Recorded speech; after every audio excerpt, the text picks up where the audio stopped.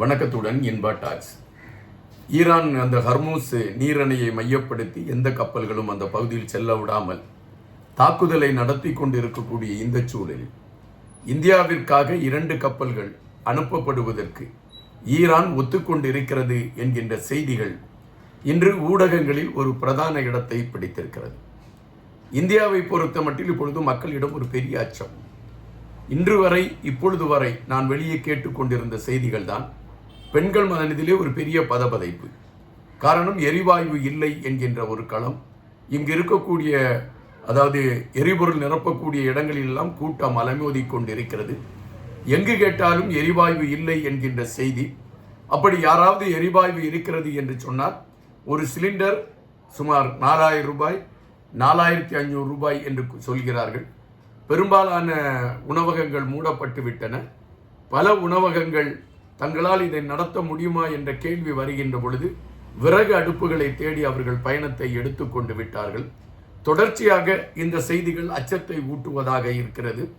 மாநில அரசு அதற்கான ஒரு அறிவிப்பை வெளியிட்டிருக்கிறது.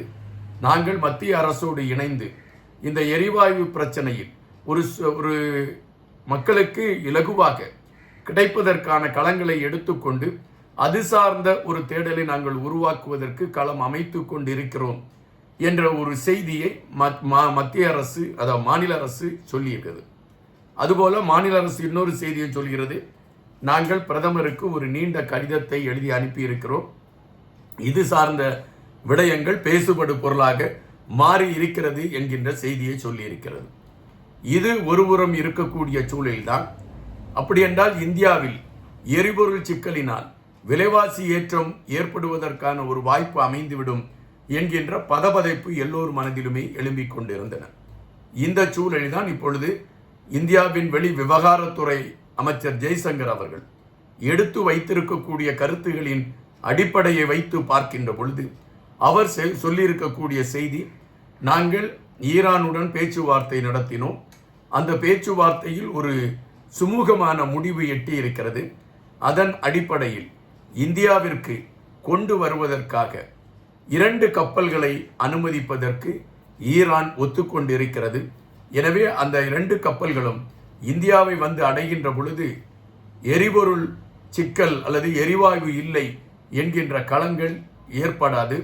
எனவே ஈரானுக்கு எங்களுடைய நன்றியை தெரிவித்துக் கொள்கிறோம் என்று அவர்கள் அறிவித்திருக்கிறார்கள். இதற்கு முன்பு ஈரான் இன்னொரு நாட்டிற்கும் இதுபோல 2 கப்பல்கள் செல்வதற்கு அனுமதி அளித்திருக்கிறது. அது யாருக்கென்றால் சீனாவிற்கு அளித்திருக்கிறது. சீனாவும் ஈரானும் மிக நெருக்கமான ஒரு நாடு என்பது நாம் அறிந்தது. சீனாவை பொறுத்த மட்டில் ஈரானுக்கு ஆதரவான நிலைப்பாட்டை எடுத்துக்கொண்டு பயணிக்கக்கூடிய ஒரு களத்தை எடுத்துக்கொண்டு இருக்கக்கூடிய நாடு. இது நீங்கள் அனைவரும் அறிந்திருக்கக்கூடிய ஒரு செய்தி. ஆனால் இந்தியாவிற்கும் ஈரானுக்கும் இடையே ஒரு நெருடலான மனப்போக்கு நீடித்த களங்கள் தெரியும். காரணம், அமெரிக்காவோடும் இஸ்ரேலோடும் இந்தியா மிக நெருக்கமாக இருக்கக்கூடிய களமும், இந்தியாவின் பிரதமர் இஸ்ரேலுக்கு சென்று வந்த மறுநாள் தான் ஈரான் மீது இஸ்ரேல் தாக்குதலை நடத்தியது என்கின்ற சந்தேகங்களும் பல நெருடலான ஒரு களத்தை நோக்கி நகர்ந்து கொண்டு இருந்தன. இந்த சூழலில் இதற்கு முன்பு கூட இந்தியா ஈரானோடு பேச்சுவார்த்தை நடத்தியது. அதற்கு 3 முறை இந்தியாவின் வெளி விவகாரத்துறை அமைச்சகத்திடம் இருந்து 3 முறை ஈரானோடு அவர்கள் பேச்சுவார்த்தை நடத்தினார்கள். இந்தியாவிலிருந்து ஈரானில் சிக்கி இருக்கக்கூடிய மாணவர்களை எப்படி காப்பாற்றுவது என்பதுதான் அந்த களம். அதன் அடிப்படையில் ஈரான் அந்த மாணவர்களை காப்பாற்றுவதற்கான களத்திற்கு கதவுகளை திறந்து விட்டதாகவும், ஆர்மீனியா அஜர்பைசான் நாடுகள் வழியாக அங்கு சிக்கி இருக்கக்கூடிய மாணவர்கள் வெளியேறுவதற்கான களங்கள் உருவாக்கப்பட்டிருக்கிறது என்றும், ஆர்மீனியா அஜர்பைசான் நாடுகளில் இருந்து இந்த பேச்சுவார்த்தை மேற்கொள்ளப்பட்டு அதற்கான களங்கள் உருவாக்கப்பட்டிருக்கிறது என்கின்ற செய்திகளும் வந்த வண்ணம் இருக்கின்றன.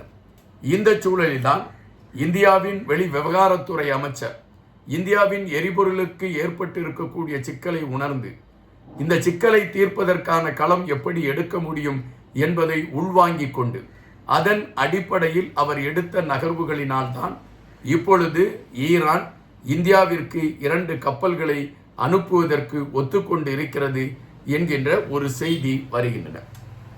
இது ஒரு உலக அரசியல் களத்தில் மிகவும் உன்னிப்பாக பார்க்கப்படுகின்ற ஒரு விடயமா என்கின்ற கேள்வியை வைக்கின்ற பொழுது இந்தியாவின் ராஜதந்திர நகர்வுகள் வெற்றியை நோக்கி நகர்ந்திருக்கிறது இந்த விடயத்தில் என்றுதான் நம்மால் கணிக்க முடிகின்றது. காரணம், அந்த ஹர்மூஸ் அந்த பகுதியில் ஈரானுடைய 13-14 கப்பல்களை நாங்கள் தகர்த்து விட்டோம் என்று அமெரிக்கா அறிவிக்கிறது. வேறு பல நாடுகளுடைய கப்பல்களை ஈரானுடைய இராணுவம் ஏவுகணைகளை தாக்கி அழித்த களங்களை பார்க்க முடிகின்றது. அதுபோலதான் எரிபொருள்களை ஏற்றி கொண்டு வந்த கப்பல் எரிந்து அவைகள் சாம்பலாகி நிற்கக்கூடிய காட்சிகளையும் நம்மால் பார்க்க முடிகின்றது. இந்த சூழலில் சீனாவிற்கு 2 கப்பல்களை அனுப்பி அதற்கான களங்களை உருவாக்கி கொடுத்திருக்கக்கூடிய ஈரான் இப்பொழுது இந்தியாவிற்கும் அதுபோன்ற ஒரு களத்தை உருவாக்கி கொடுத்திருக்கிறது என்கின்ற விடயம் ஒரு மாறுதலை இப்பொழுது சந்திக்க தொடங்கி இருக்கிறதா உலக அரசியல் களம் என்கின்ற கேள்வி வருகின்றன. அதுபோல இப்பொழுது நடந்து கொண்டிருக்கக்கூடிய போரை மையப்படுத்திய ஒரு விடயம். ட்ரம்ப் அவர்கள் இந்த போரில் தாங்கள் வெற்றி பெற்று விட்டதாக அறிவிக்கின்றார். இஸ்ரேல் 40வது அலை என்கின்ற போரில் ஈரான் மீது கடுமையான தாக்குதலை நடத்தி கொண்டிருக்கின்றது. ஈரான் இஸ்ரேலுடைய விமான நிலையங்கள் மற்றும் முக்கிய தளங்களில் தாக்குதலை நடத்தி கொண்டு இருக்கின்றது. இந்த சூழலில் ஈரானுடைய 3 போர் விமானங்களை தகர்த்து எறிந்த காட்சிகள் இப்பொழுது அது காணொலியாக வர தொடங்கி கொண்டு இருக்கின்றன. அந்த காணொலிகள் நாம் சமூக வலைதளங்களில் பார்க்க முடிகின்றன.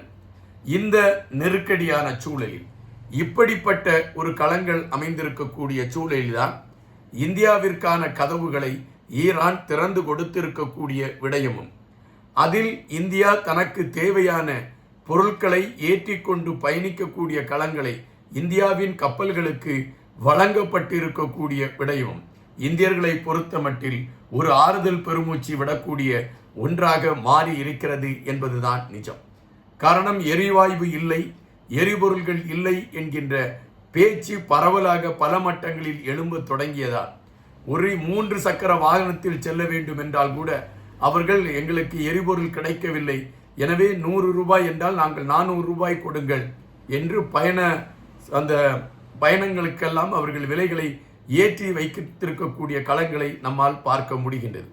இந்த கப்பல்களில் வருகின்ற எரிவாயும் எரிபொருளும் இந்தியாவில் தற்பொழுது நிலவி கொண்டிருக்கக்கூடிய பிரச்சனைகளுக்கு ஒரு முடிவை எழுதும் என்று நம்மால் உறுதியாக சொல்ல முடியும் என்பதுதான் நிஜம்.